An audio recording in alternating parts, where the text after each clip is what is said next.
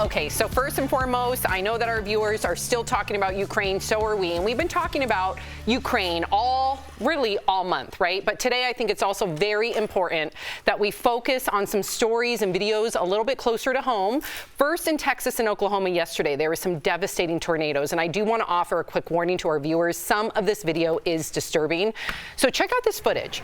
People at a Walmart in Texas run for cover as the violent storm tore through the parking lot. The store employee is yelling for people to run as fast as they could as debris flew through the air. More severe weather is expected today in the south. That is terrifying. Jeff, what would you do if you were in these storms? I don't know. Listen, Mother Nature is like, you pray. Right? What are you supposed to do? You can't outrun a tornado. Where are you supposed to go? When we had those, like, I don't know, in Chicago, the Midwest, I'm sure you did growing up in Ohio. You had to go down in the base and put your head against the wall, right? Or a bathtub, yeah. Yeah, something like that. So we were prepared for, like, tornadoes. But I can't imagine, like, earthquakes when I moved to California. So scary. You're so helpless just with that little rattle. I was like, what do I do? And I kind of ran out of the room one time and left my wife behind. I'm like, everybody save themselves. Now, you grew up in Michigan. Did you experience any type of natural disaster? What would you do? In D.C., we had nothing, right? And then I went to University of Michigan, and all of a sudden they had the woo, and I was like, what is that? And it was We just had that same thought. The tornado. Oh, the woo, okay.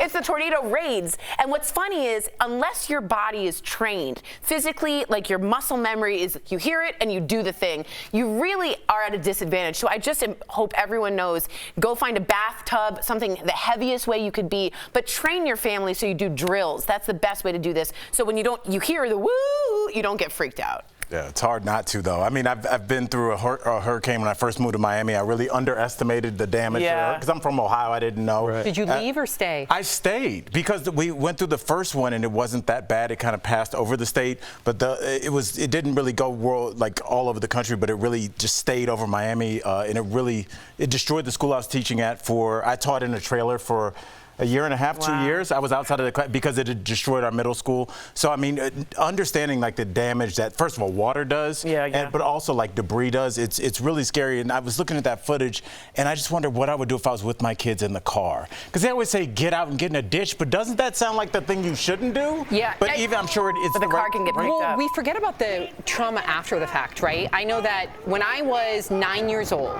and I remember the very specific moment, the day, and then the weeks afterwards, the 1989 earthquake in the Bay Area, right?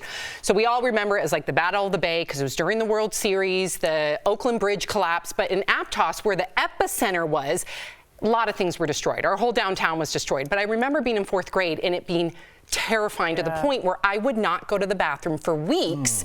I got a bladder infection. Sorry for too much information, but I did not want to leave. So we slept in our car because you brought up cars because, you know, you're on rubber wheels and you can give with the aftershocks. When you have a 7.1 earthquake, 7.2, which was the earthquake in 1989, you get aftershocks that are 5 point something, 6.1s. So yeah, I didn't want to go back inside to go to the bathroom and risk something falling. So I fear for the kids out there and everybody out there. Not only are they experiencing the fear right now, but there'll be more. But there's going to be a lot more. And I hope that we can offer them help and condolences.